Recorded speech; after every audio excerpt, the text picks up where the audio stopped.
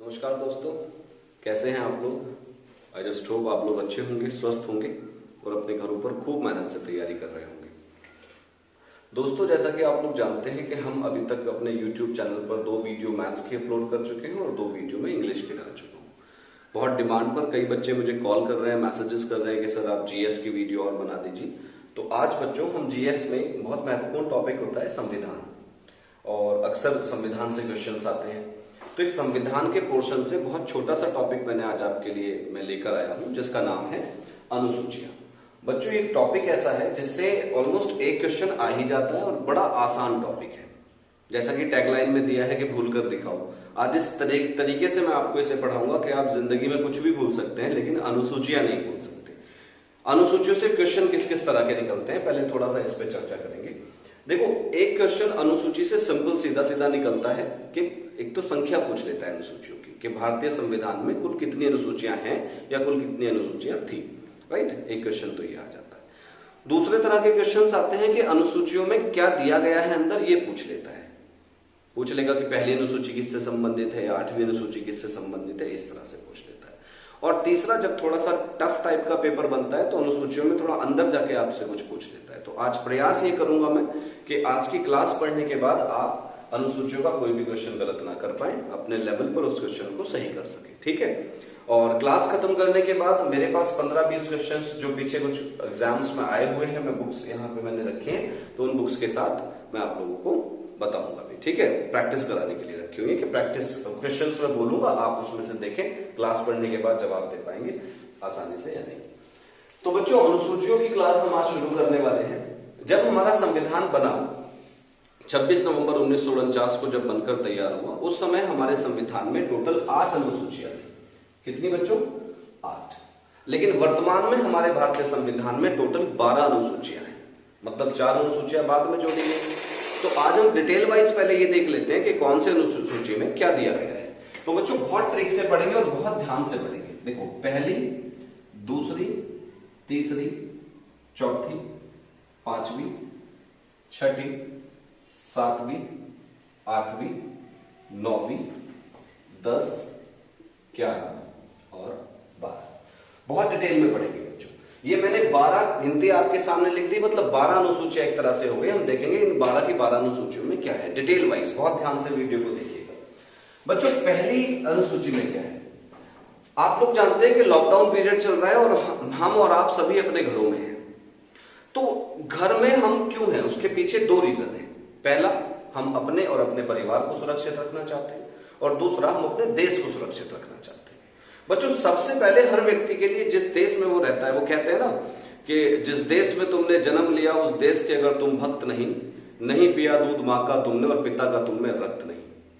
तो बच्चों, जब हम जिस देश में हमने जन्म लिया है उस देश वो हमारे लिए सबसे पहले आता है। तो पहली अनुसूची में देश का उल्लेख है, अर्थात देश बनता है 2 चीजों से। हमारा देश बना हुआ है राज्य और केंद्र शासित प्रदेशों से। तो पहली अनुसूची में बच्चे राज्य और केंद्र शासित प्रदेश है। केंद्र शासित प्रदेश, आप ये तो जानते ही होंगे कि हमारे देश में पहले 29 राज्य और 7 केंद्र शासित प्रदेश थे, लेकिन जब से जम्मू कश्मीर वाला मामला हुआ है 370 वाला, तब से हमारे देश में 28 राज्य और 9 केंद्र शासित प्रदेश हो गए हैं। तो वर्तमान में भारत में कितने राज्य हैं? 28, और केंद्र शासित प्रदेश कितने हैं? 9। ठीक है, तो पहली अनुसूची में चूंकि सबसे पहले देश आता है, इसलिए पहली अनुसूची में हमारे देश के 28 राज्य और 9 केंद्र शासित प्रदेशों का उल्लेख है। ठीक है, दूसरी और तीसरी अनुसूची को बहुत ध्यान से देखेंगे। इन दोनों में बच्चों को कंफ्यूजन भी बहुत होता है। बच्चों, दूसरी अनुसूची में हमारे देश के जो मुख्य पदाधिकारी हैं, मुख्य पदाधिकारी मतलब जैसे राष्ट्रपति हैं, राज्यपाल हैं, प्रधानमंत्री हैं, सुप्रीम कोर्ट के जजेस हैं, हाई कोर्ट के जजेस हैं, ठीक है, कैग है या एजीआई है, अटॉर्नी जनरल ऑफ इंडिया, जितने भी मुख्य पदाधिकारी हैं उन सबके वेतन भत्तों का जो उल्लेख है, उच्च पदाधिकारियों के वेतन भत्ते, वो कौन सी अनुसूची में है? दूसरी में। तीसरी अनुसूची में बच्चों इन्हीं उच्च पदाधिकारियों की शपथ का उल्लेख है। किसका उल्लेख है? शपथ का। इसमें बच्चों कंफ्यूजन होता है बच्चों कि दूसरी में है शपथ या तीसरी में है। तो आपको मैं एक ट्रिक बताता हूं। देखो, पुलिस में जो बच्चे भर्ती होते हैं हमारे यहाँ से या किसी भी संस्थान से पढ़ के या सेल्फ स्टडी करके, तो बच्चे जब आप भर्ती हो जाते हो, जिस दिन से आप ट्रेनिंग पर चले जाते हो, आपका वेतन उसी दिन से शुरू हो जाता है। लेकिन आपकी जो पीओपी पासिंग आउट परेड होती है वो लगभग 9 महीने बाद होती है। तो शपथ ग्रहण जो करते हैं आप वो बाद में करते हैं, पहले क्या शुरू हो जाता है? वेतन। तो पहले जो शुरुआत होती है वो उच्च पदाधिकारियों के वेतन की है और उसके बाद हमारा शपथ है। एक और तरीके से भी आप याद रख सकते हो बच्चों, शपथ में कितने लेटर बने हुए हैं?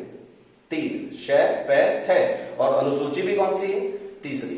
तो हमारे संविधान के सभी उच्च पदाधिकारियों का जो वेतन, जो शपथ ग्रहण है वो कौन सी अनुसूची में है? तीसरी अनुसूची में। बच्चों चौथी अनुसूची में है राज्यसभा में सीटों का आवंटन। सीटों का आवंटन अर्थात कौन सा राज्य राज्यसभा में कितनी सीटें रखेगा, इस बात का उल्लेख कौन सी अनुसूची में है? चौथी अनुसूची में है। एक ट्रिक भी है, देखो बच्चों, अगर मैं राज्यसभा लिखूं तो कंप्लीट लेटर कितने बने इसमें?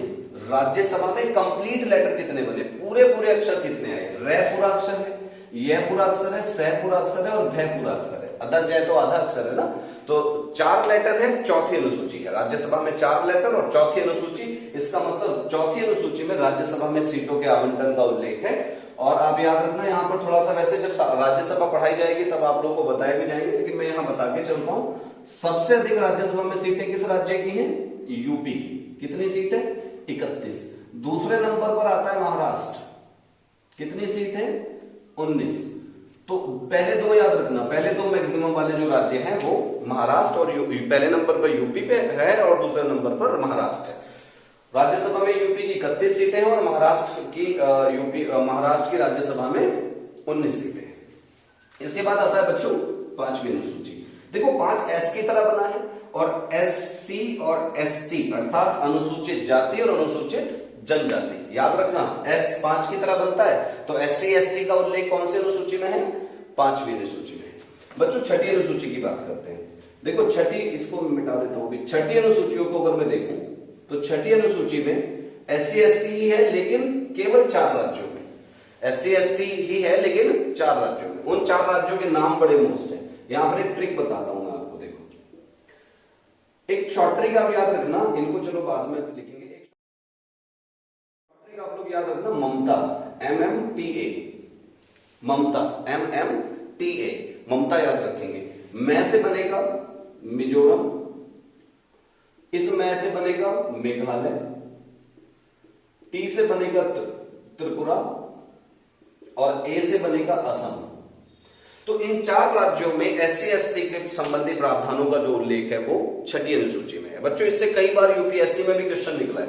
मैंने 2012 में सीडीएस की परीक्षा दी तो उसमें मेरे, आज तक मुझे याद है, मेरा क्वेश्चन आया था, एक निम्नलिखित में से किस राज्य का उल्लेख छठी अनुसूची में नहीं है, या निम्नलिखित में से कौन सा राज्य छठी अनुसूची से संबंधित नहीं है। तो आपको चारों राज्यों के नाम याद होने चाहिए, जिसके लिए आपको मैंने बहुत सुंदर से शॉर्ट ट्रिक बताई है, ममता। ममता से आप याद रख सकते हो। एम से मिजोरम, दूसरा एम से मेघालय, फिर त्रिपुरा और असम। बच्चों बात करते हैं 7वीं अनुसूची की। तो से 7 और से शक्ति। तो केंद्र और राज्यों के बीच शक्तियों का जो बंटवारा है वो कौन सी अनुसूची में है? 7वीं अनुसूची में। केंद्र और राज्यों के बीच शक्ति का बंटवारा वो कौन सी अनुसूची में है बच्चे? 7वीं अनुसूची में है। और देखो ये जो 7वीं अनुसूची में शक्ति का बंटवारा है ये 3 सूचियों में है। एक बार सवाल ये भी बना है कि संविधान में कुल कितनी सूची है? तो संविधान में अनुसूची तो 12 है लेकिन सूची केवल 3 है। और 7वीं अनुसूची के अंतर्गत हमें 3 सूचियों का विवरण दिया गया है। पहली सूची हमारे पास है संघ सूची, दूसरी है राज्य सूची और तीसरी है संवर्ती सूची। बच्चों संघ सूची वो सूची, इस सूची में जितने विषय होंगे, विषयों की भी बात कर लेते हैं। जब संविधान बना तब इसमें 97 विषय थे, लेकिन वर्तमान में इसमें 100 विषय हैं। राज्य सूची जब बनी, जब संविधान बना, मूल संविधान में 66 विषय थे, लेकिन वर्तमान में 61 विषय हैं। और संवर्ती सूची जब बनी तो उसमें मूल संविधान में 47 विषय थे और वर्तमान में 52 विषय हैं। तो इन अनुसूचियों में जो विषय दिए गए हैं उन विषयों पर कानून बनाने का अधिकार एक बार समझ लेते हैं। संघ सूची के जितने भी विषय हैं उन सभी विषयों पर कानून बनाने का अधिकार संसद को है, अर्थात केंद्र सरकार को है। राज्य सूची के विषयों पर कानून बनाने का अधिकार राज्यों के विधानमंडलों को है, अर्थात राज्य सरकारों को है। और समवर्ती सूची पर दोनों में से कोई सी भी सरकार कानून बना सकती है, राज्य सूची भी बना सकती है और केंद्र सरकार भी बना सकती है और राज्य सरकार भी बना सकती है समवर्ती सूची के विषयों पर। कुछ विशेष प्रावधान है। आगे एक टॉपिक आता है संविधान में केंद्र एवं राज्य के बीच शक्तियों का बंटवारा, उसमें मैं इसको डिटेल वाइज अगर वो टॉपिक कराऊंगा तो डिटेल वाइज इसको बता दूंगा। फिलहाल ये मोटी मोटी बात आप याद रखेंगे। तो हमारी 7वीं अनुसूची में है केंद्र और राज्य के बीच शक्ति का बंटवारा, जिसके अंतर्गत 3 सूचियां आती हैं, संघ सूची, राज्य सूची और समवर्ती सूची। इनके विषय भी मैंने बता दिए। कई बार वो आपसे मूल संविधान के विषय पूछ लेता है, कई बार वो वर्तमान विषय पूछ लेता है, तो दोनों मैंने आपको बता दिए हैं। ये जो लिखे हुए हैं इधर ये सब मूल संविधान में है, ये मूल में था, ये भी मूल में था, ये भी मूल में था, राइट। वर्तमान के हैं 100, 61 और 52। आगे बढ़ते हैं बच्चों। 8वीं अनुसूची में भाषाओं का उल्लेख है। ये हमारे मूल संविधान की अंतिम अनुसूची थी, मूल संविधान की, वर्तमान संविधान की नहीं, मूल जब बना था 26 नवंबर 1949 को। तो इस 8वीं पर क्वेश्चन आया है, ये भी मूल संविधान की अंतिम अनुसूची कौन सी थी, तो कई बच्चे उसे जल्दी में 12 लगा देते हैं, तो आप याद रखना मूल संविधान की अंतिम अनुसूची 8वीं थी। तो 8वीं अनुसूची भाषाओं से संबंधित है बच्चों। जब 8वीं अनुसूची बनी उस समय मूल संविधान में 14 भाषाएं थी, लेकिन वर्तमान में 22 भाषाएं हैं। कितनी भाषाएं हैं? 22। 8वीं अनुसूची में मूल संविधान में 14 भाषाएं थी, लेकिन वर्तमान संविधान में 22 भाषाएं हैं। इसका मतलब 8 नई भाषाएं जोड़ी गई हैं। उनको समझ लेते हैं और बहुत ट्रिक वाइज समझ लेते हैं। देखो बच्चों, पहली जो भाषा जुड़ी 15वीं, वो जुड़ी सिंधी और जुड़ी है 1967 में। आप याद रखना 14वीं भाषा के बाद जब 15वीं भाषा जुड़ी तो वो कौन सी थी? सिंधी। सै से सिंधी और सै से 67, याद रखना, सै से सिंधी और सै से 67। तो 1967 में 15वीं भाषा के रूप में कौन सी भाषा को जोड़ा गया है? सिंधी को। उसके बाद 3 भाषाएं जोड़ी गई 1992 में, जिनके लिए आप याद रखना, एक तो है नेपाली,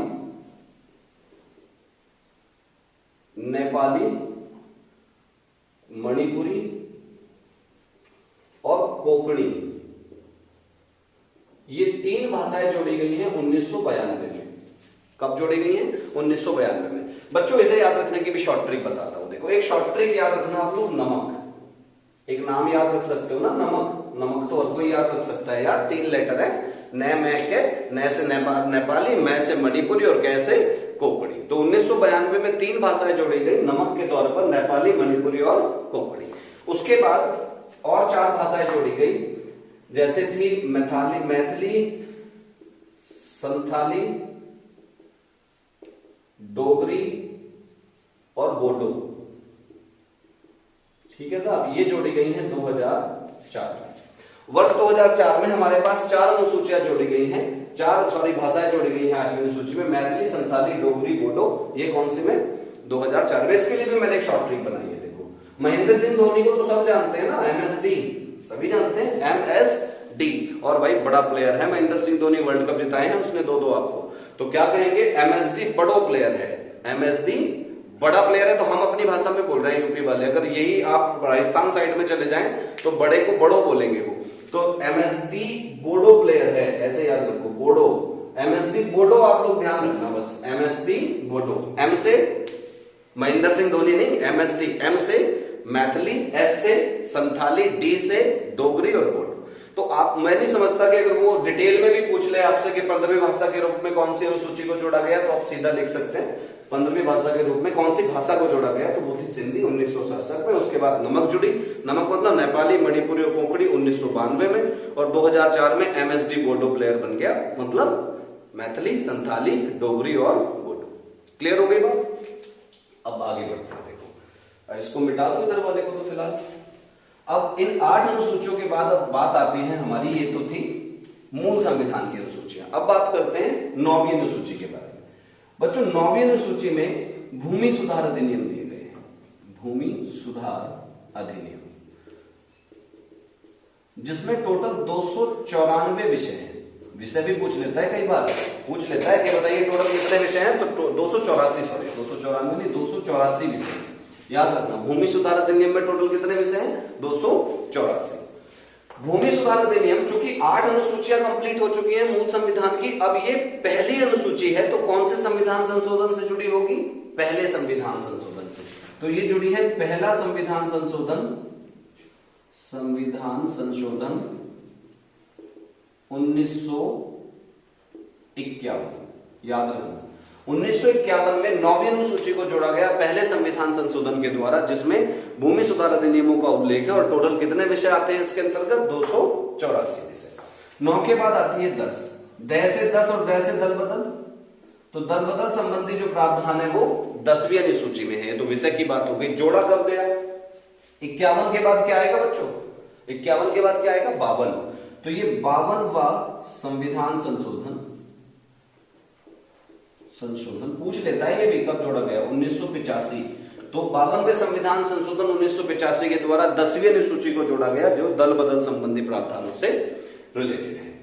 11वीं अनुसूची में आ जाइए। 11वीं अनुसूची का संबंध है ग्राम पंचायत। याद रखना, ग से 11 और ग से ही ग्राम पंचायत। तो पंचायती राज जो है, पंचायती राज ये 11वीं अनुसूची में है। ग से 11, ग से ग्राम या पंचायत, याद रखना। तो पंचायती राज कौन सी अनुसूची में है?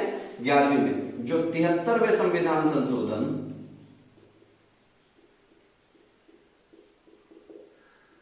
1993 के द्वारा जोड़ा गया है। 73वें संविधान संशोधन 1993 के द्वारा जोड़ा गया। देखो ये संशोधन हुआ तो था 92 में, लेकिन लागू हुआ है 93 में, याद रखना। तो 73वां संविधान संशोधन 1993 के द्वारा 11वीं अनुसूची के अंतर्गत पंचायती राज को जोड़ा गया।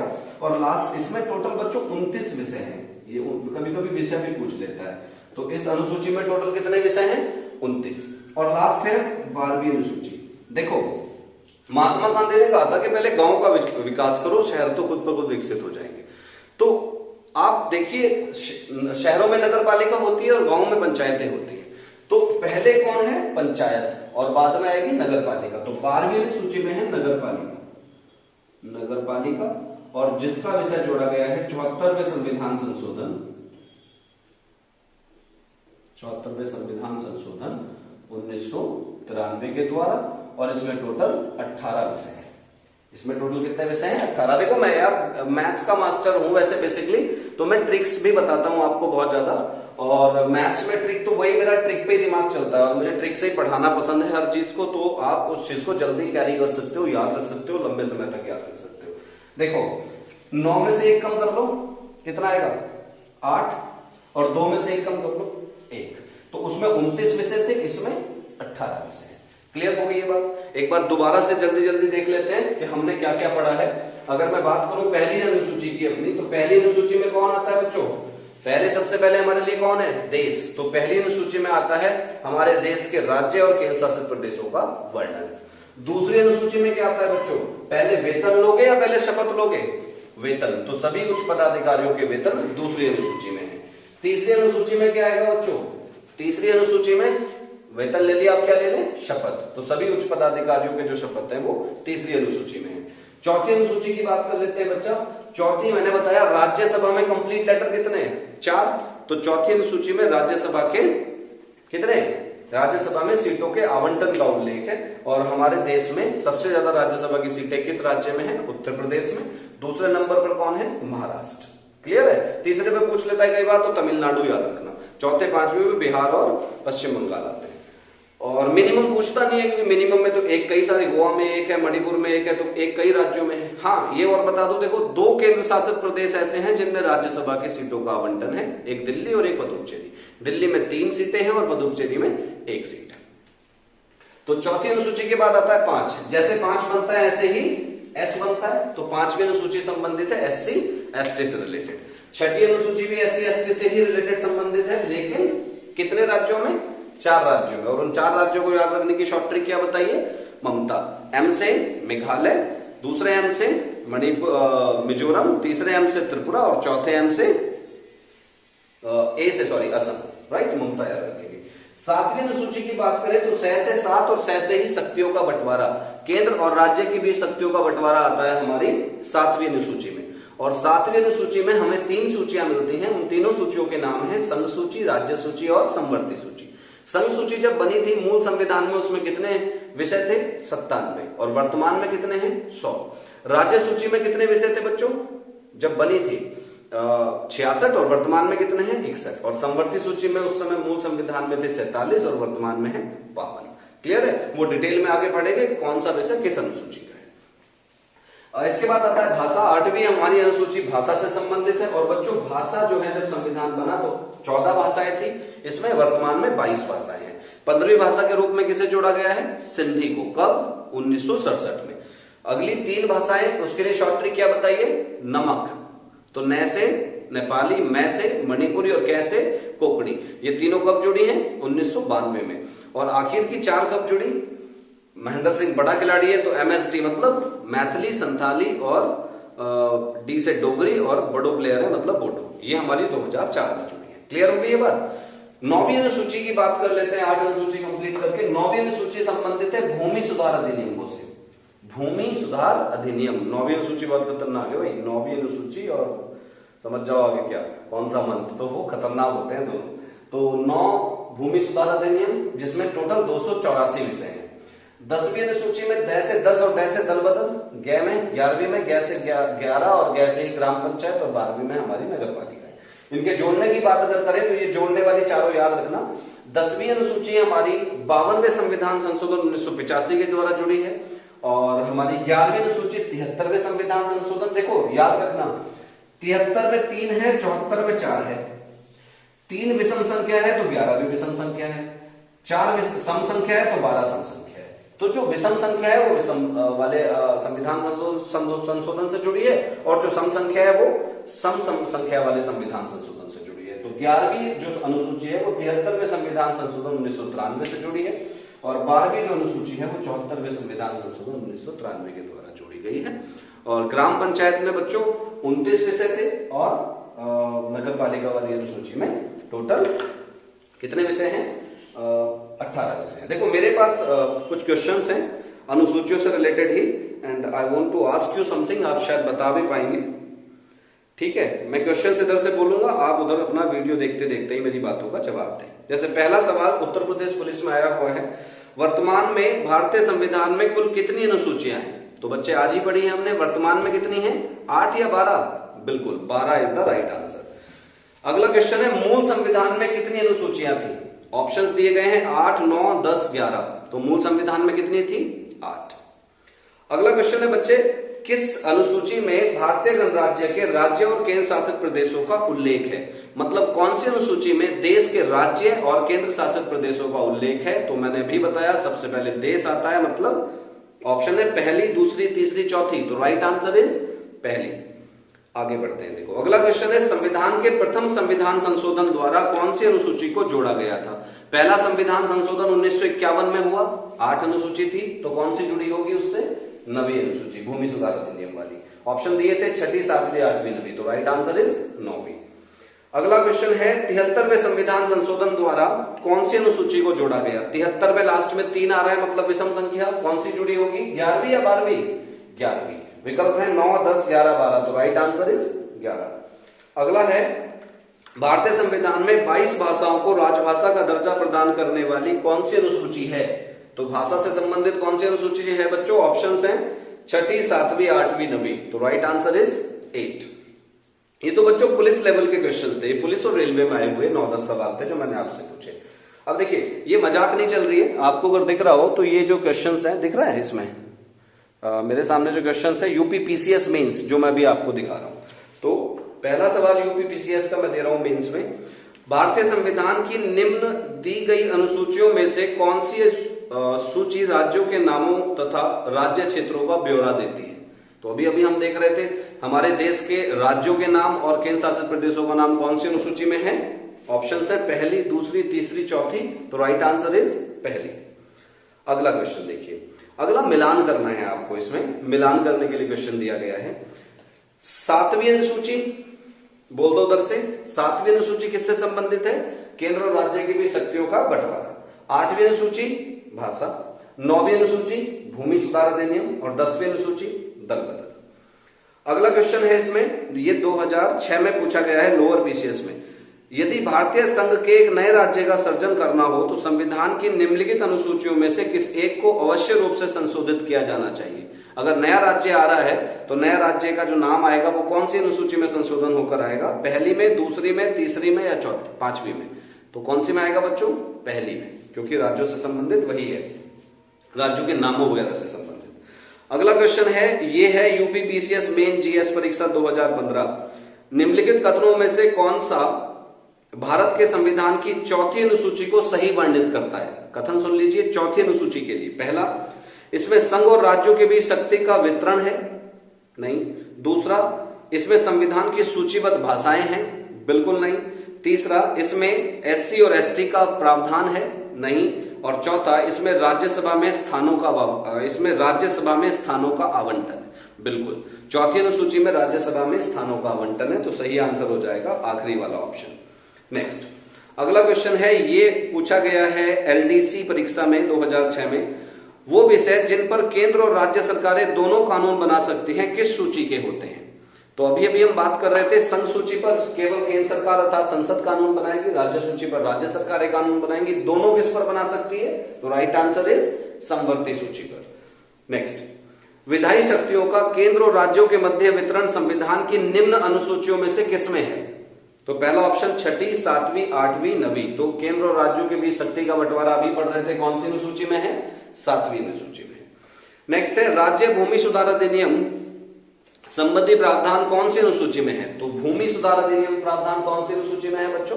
9वीं। मतलब जो कुछ आज आपने पढ़ा पीसीएस लेवल तक आपके वो क्वेश्चंस कवर हो रहे हैं अगर आपने अच्छे से पढ़ लिया है तो। भारतीय संविधान की 11वीं अनुसूची संबंधित है, ऑप्शन है नगर पालिका से, केंद्र राज्य संबंध से, पंचायती राज से, या इनमें से कोई नहीं। तो 11वीं अनुसूची कैसे 11 कैसे ग्राम पंचायत, तो right answer is Panchayati Raj. Next, निम्नलिखित में से कौन सी अनुसूची 73वें संविधान संशोधन द्वारा जोड़ी गई? 73, लास्ट में 3 आ गया, तो 11 या 12 अभी बता देंगे आप लोग, दैट इज 11। तो 11वीं सूची है। नेक्स्ट, फिर से मिलान वाला क्वेश्चन आ गया, आपको मिलान करना है। चौथी अनुसूची में किससे संबंधित है? ऑप्शन है, मैं देता हूं, आप उधर से राइट ऑप्शन चुन लीजिएगा। चौथी अनुसूची के लिए कौन सा चुनोगे आप? भूमि सुधार, भाषा, राज्यसभा में सीटों का आवंटन, या जनजातीय क्षेत्र? तो कौन सा चुना? राज्यसभा में सीटों का आवंटन, चौथी अनुसूची। इसके बाद पूछा है 6ठी अनुसूची के लिए। दोबारा ऑप्शन सुन लीजिए। 6ठी अनुसूची में भूमि सुधार, भाषा, राज्यसभा में सीटों का आवंटन, या जनजातीय क्षेत्र? तो क्या चुन लोगे आप? जनजातीय क्षेत्र। 8वीं अनुसूची सिंपल है भाषा, और 9वीं अनुसूची बचा है भूमि सुधार। नेक्स्ट, लास्ट क्वेश्चन है, भारतीय संविधान की किस अनुसूची में दल विदल संबंधी कानूनों को रखा गया है? दय से 10 और दय से दल बदल। तो बच्चे आप लोगों ने ये भी कंप्लीट कर लिया। तो मेरा जो जीएस, अगर वैसे तो मैं कम ही पढ़ाता हूँ कोचिंग में, जीएस नहीं पढ़ाता हूँ, basically faculty of mathematics and English. कभी कभी बच्चों की डिमांड पे मैं आ जाता हूँ क्लास में पढ़ाने के लिए, एंड आई अप्रिशिएट टीचिंग। देखिए, शिक्षक विषय का नहीं होता, शिक्षक होता है। मास्टरी किसी एक विषय में हो सकती है उसकी, लेकिन शिक्षक होता है, उसके अंदर जो भी ज्ञान है अपने बच्चों को देने का प्रयास करता है।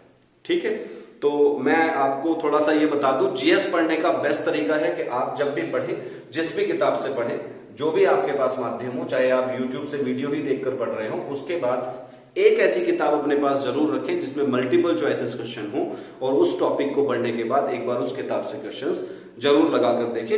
एक तो आपको सेटिस्फेक्शन मिलेगा कि आप जो मैंने पढ़ा वो मुझे आता है, और कुछ क्वेश्चंस आपको नए भी मिल सकते हैं। और जीएस को आप लिख कर पढ़ें, जो भी आप पढ़ रहे हैं लिख कर उसे तैयार करें। जैसे आपने पढ़ा कि मान लीजिए मोटी बात को आपने हिस्ट्री पढ़ रहे हो, हिस्ट्री में वेद पढ़ रहे हो, सपोज करिए एंशिएंट हिस्ट्री पढ़ रहे हो, उसमें पहला क्वेश्चन लिखा कि भारतीय इतिहास में वेदों की संख्या 4 है, तो बस आप 4 लिख दीजिए। बाकी तो कनेक्टिंग वर्ड्स है ना, मेन तो यही है 4। जब आप फिर अगला पॉइंट पढ़िए, सबसे पुराना वेद ऋग्वेद है, तो आप ऋग्वेद लिख दीजिए। फिर अगला पॉइंट पढ़िए कि ऋग्वेद के 3रे मंडल में गायत्री मंत्र का उल्लेख है, तो वो आपने 3रा मंडल लिख दिया। ठीक है, फिर गायत्री मंत्र का के रचयिता स्वामी विश्वामित्र हैं, तो आप ऐसे लिख सकते हैं। आप लिखते चले जाइए और बाद में उसको रिवाइज करके देख लीजिए कि सही है या नहीं है। ठीक है, तो उम्मीद करता हूं बच्चों कि आज की वीडियो आप लोगों को अच्छी लगी होगी। And in the last I will say कि आप मेहनत कीजिए, घर पे पढ़ते रहिए please, I make you humble request. घर पर मेहनत करते रहिए, और आई होप जल्दी ही लॉकडाउन खुलेगा और जल्दी कोचिंग में आप लोगों से मुलाकात होगी। तब तक के लिए